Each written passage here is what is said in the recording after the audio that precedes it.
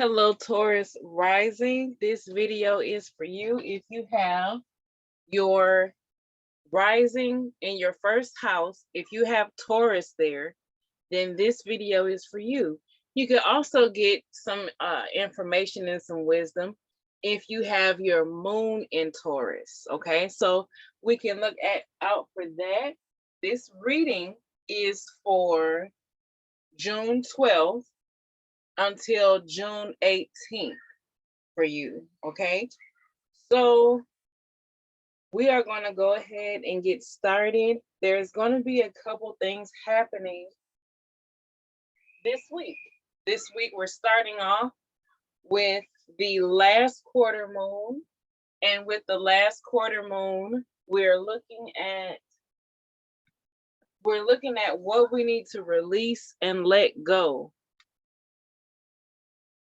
to help us accomplish and reach our goals. And whatever we're manifesting, okay, we're looking at what do we need to release, what do we need to let go to reach those goals and accomplish what we're trying to accomplish. Now on June, for some it could be June 17th. Like if you're like me and I'm Central Standard Time, the new moon is going to be on June 17th. And like if you're Eastern Standard Time, so on, the new moon is going to be on June 18th. Okay, so with the new moon, we need to be thinking about newness, new beginnings, new intentions, new manifestations. So we're going to look into that. And also something that's happening on the 17th of this month, June 2023, is Saturn is going to be going retrograde in the zodiac sign Aquarius. We're going to be looking into that for you. And we're also going to be looking for what your overall advice could be. Okay? So we're going to go ahead and look at the main theme, answer those other questions that I talked about. So let's look at the main theme. And for Taurus rising, what is the main theme for the week of June 12th until June 18th, 2023?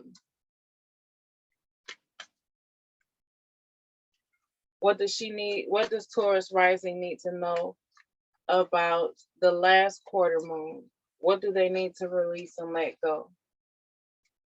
What does Taurus rising need to know about the new moon?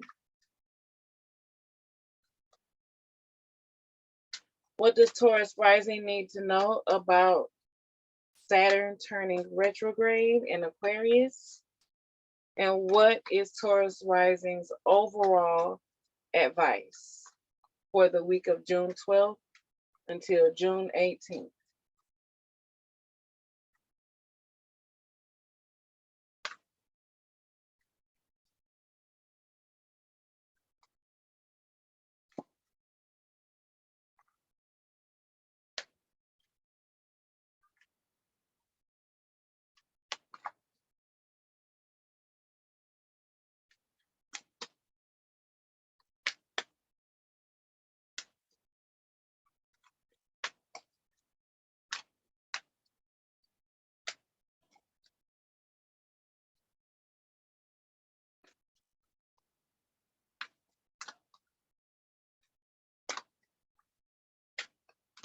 All right.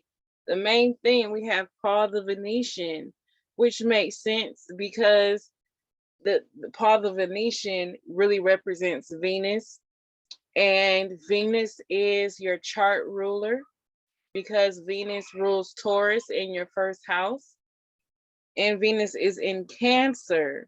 So a lot of that might be coming out. Venus is in Cancer in your third house of communication, siblings, short-term travel, Okay, so that's something that you might want to look into. Also, the sun. The sun, we're starting off this week with the sun in your first house. And towards around the 17th and 18th, the sun is going to move into your second house, into Gemini. So the sun is trying to let you in. This is helping us answer the question of what do we need to release, because we're talking about what do you need to know about the last quarter moon. In the last quarter moon, we're letting go and releasing. Okay. And this is what do you need to know about the new moon? The new moon. This is Rada, Soul Flame, rediscover a lost part of yourself, experience relationship harmony and healing. I believe this is really talking about the your seventh house. Your seventh house. And Mercury and the sun beginning the week is going to be aspecting your seventh house. Also, with your seventh house, see, what do you have in your seventh house? You have Scorpio in your seventh house. You need to understand that you have K2 in your sixth house. K2 is in Libra in your sixth house of challenges and obstacles, debts, enemies. So your that K2 is a co-ruler of Scorpio. So this could come up in your businesses and your relationships, because we're talking about your seventh house.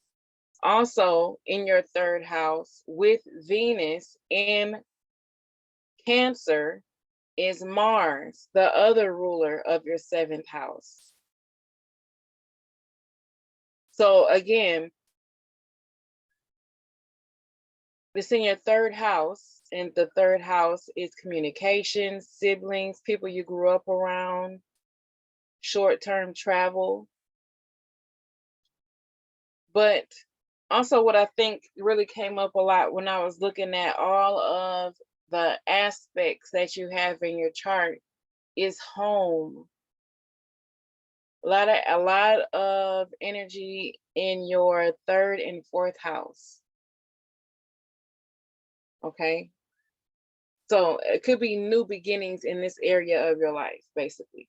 So we're going to dig a little deeper and see what that's about. And this is, what does retrograde Saturn,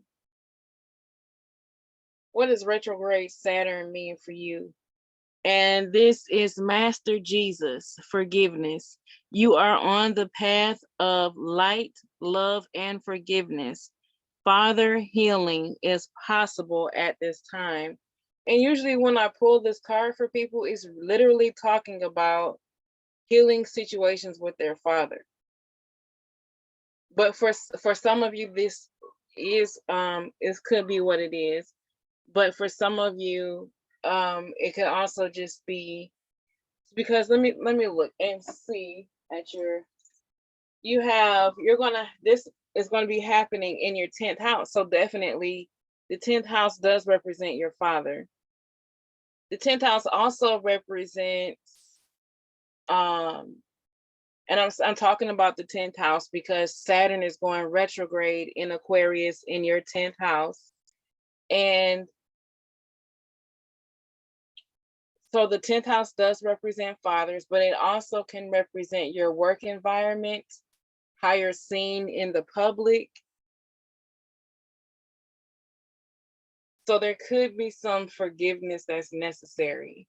And it could be, I feel like, forgiveness of yourself is necessary for this Saturn going retrograde. Why? Because you could be thinking about all the times where you weren't as responsible as you should have been, as disciplined as you should have been, where you could have not been aware of your limitations and push past them, and then realize you shouldn't have gone that far. So forgive yourself if you've fallen from grace in the public eye. Forgive yourself if you're experiencing some type of humiliation. Forgive yourself if you just knew you could have done better and you didn't.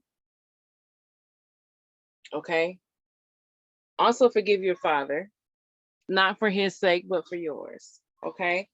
And then the last one is, okay, Gaia Earth connection. So it's a lot of, for me, this card does represent Aquarius. So your advice for this week does have a lot to do with what's going on in your 10th house. And let me dig a little deeper and go into this with you really quick of what's going on in your 10th house. Okay, so you have, like I said, Saturn in your 10th house, and this card is Gaia Earth connection. Be mindful of the planet, come back to Earth, stay grounded.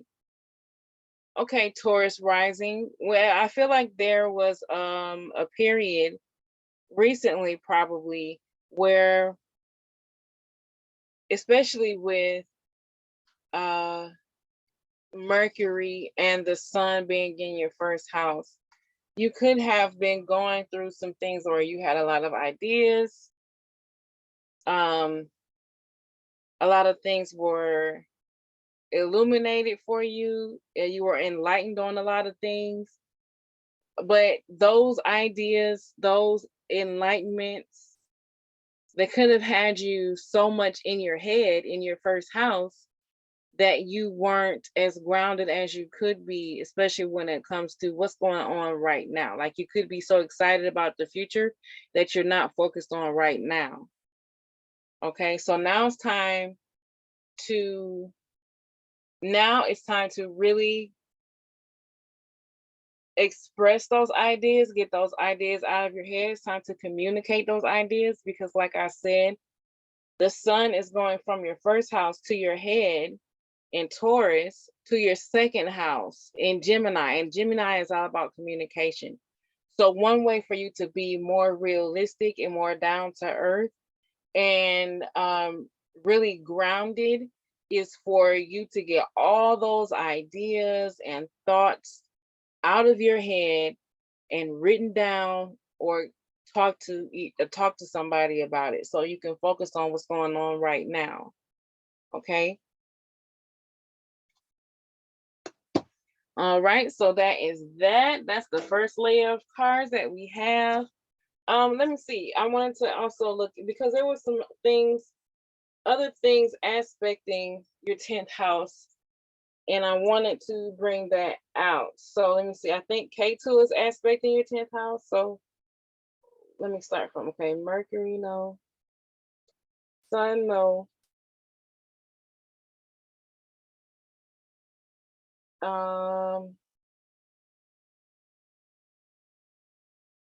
It looks like K2, 1, 2, 3, 4, 5. Yeah, K2 is and when I was writing, because I write your I write your charts down before I do these readings. And K2, the south node of the moon, is aspecting your 10th house. And K2 kind of really wants you to separate yourself and cut away from whatever is not helping you get to where you need to be. So there could be some reflecting that needs to be done where you could have experienced some situations where you knew that some things that happened, some things that you might have been responsible for were keeping you from getting to where you need to be in your goals and in your reputation, in your work environment. Now it's time to just stop saying, yeah, I know I need to change this. Yeah, I know I need to change that. Now it's time to actively cut away. And another reason why I say that is to actively cut away is because Mars being in your third house is aspecting K2 in your sixth house of daily work routine, of like I said, debts and challenges, obstacles, enemies. Mars is activating K2. So Mars is saying, yes, time to get into action and cut away what you know is creating these challenges for you. Now, it could be something that you don't know is creating these challenges for you, but whatever you know, it's time to get the courage and the boldness to cut away whatever your obstacles are. Okay. So now I'm going to use another deck to kind of clarify.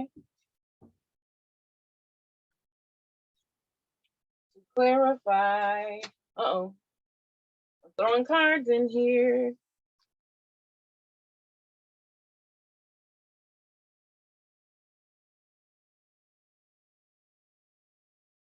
If you like this video so far, please feel free to like the video and subscribe for more videos. I'm going to start doing more videos where I just look at what's going on with each sign concerning weekly readings.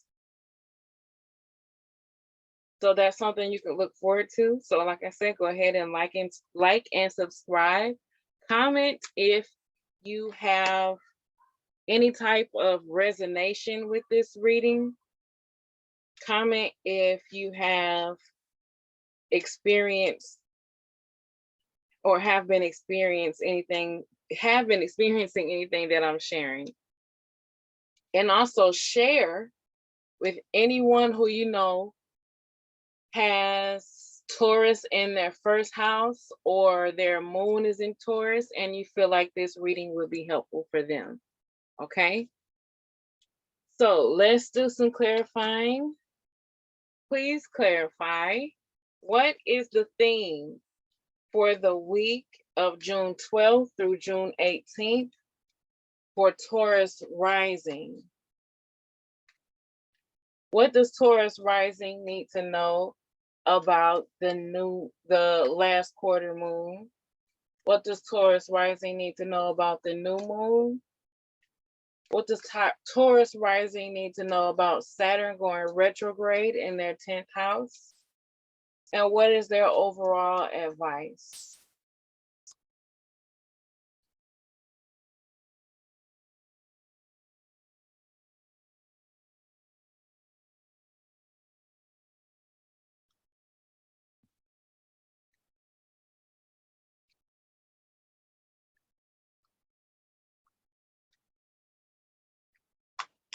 Mm-mm.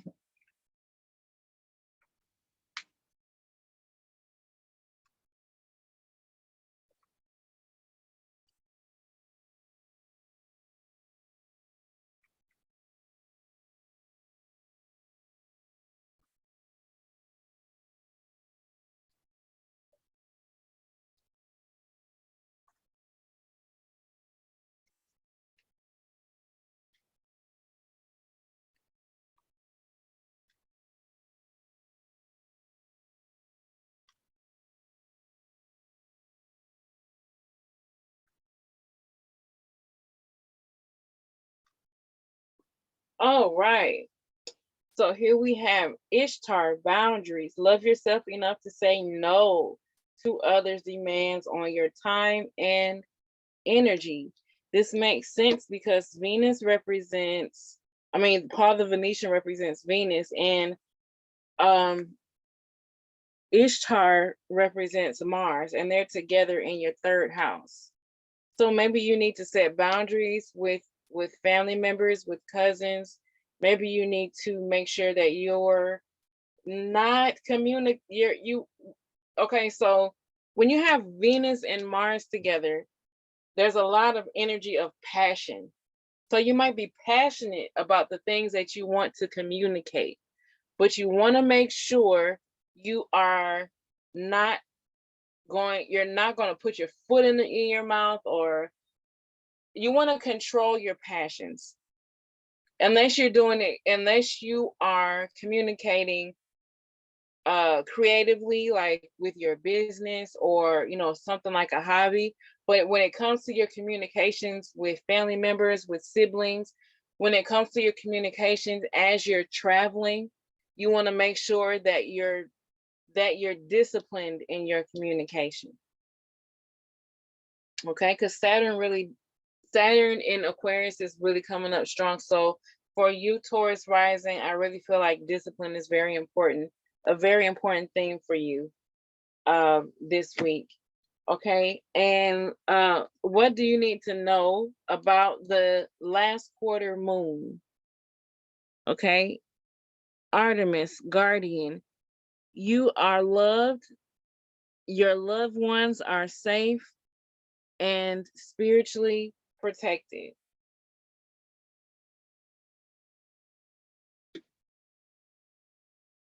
Okay,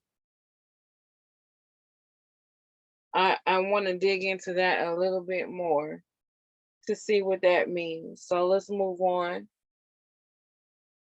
to, what do you need to know about the new moon? High Priestess, Dana, you have divine knowledge that can help others through your spiritual teachings.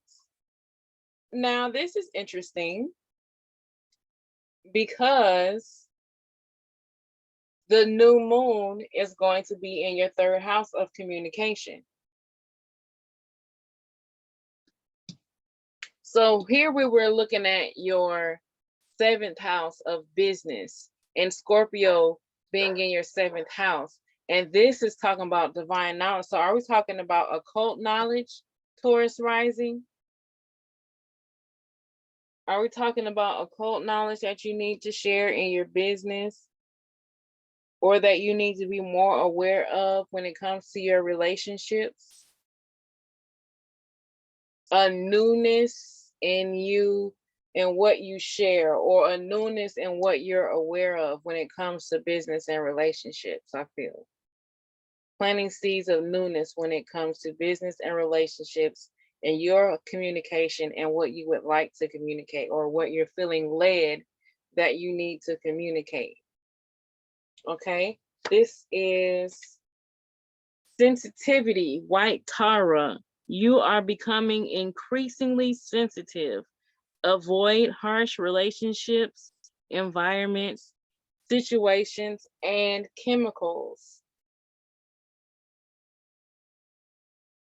I really feel like this Saturn retrograde, this is what we're talking about, is trying to help you get more disciplined so you can go to the next level. And I feel like because it's in your 10th house, it's also affecting your 4th house of home. It's also affecting your 4th house of home, Taurus rising. So,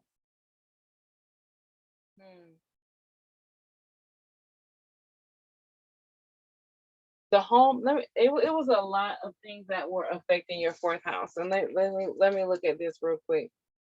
So, Jupiter and Rahu are aspecting your 4th house. So Rahu, it causes drastic changes.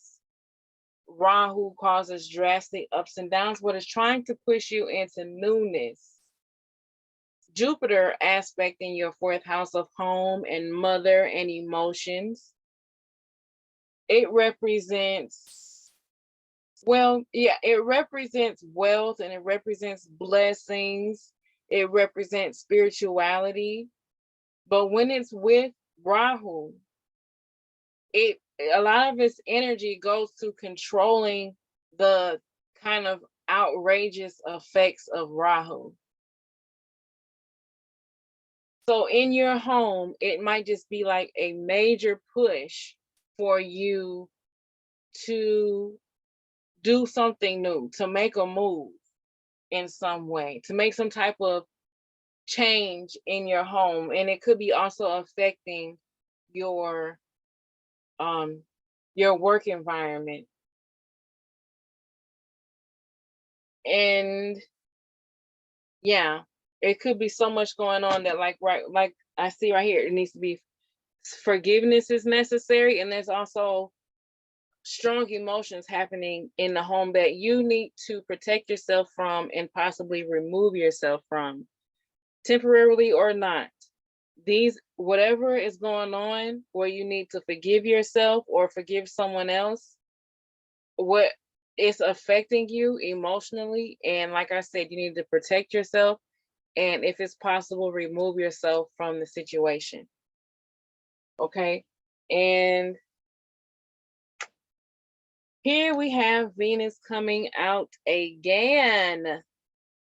Venus coming out again. Inner goddess. Awaken the goddess within you through dance, self-care, and appreciating your divinity. Okay. And this is your advice. So self-care. Self-care, when it comes to your third house, where Venus is, it will have a lot to do with saying what you know you need to say, saying no when you need to say no, listening to things that inspire you, listening to things that encourage you, that motivate you, that help you move forward with your passions. This is your advice for this week. And I feel like I should really stop here. I clarify with rooms, but I feel like we have a good amount of information here. So if you would like a personal reading of, you know, what you can expect, because this is just a general reading. So I'm picking up on the energy of most Tauruses, especially most Tauruses that will stop by my channel. So if you would like a personal reading, so I can look at your specific birth chart and pull cards that are specifically just for you, then look in the description box and you will have the information there to contact me so we can go ahead and get started. Okay. So Gemini rising is next. Have a nice day.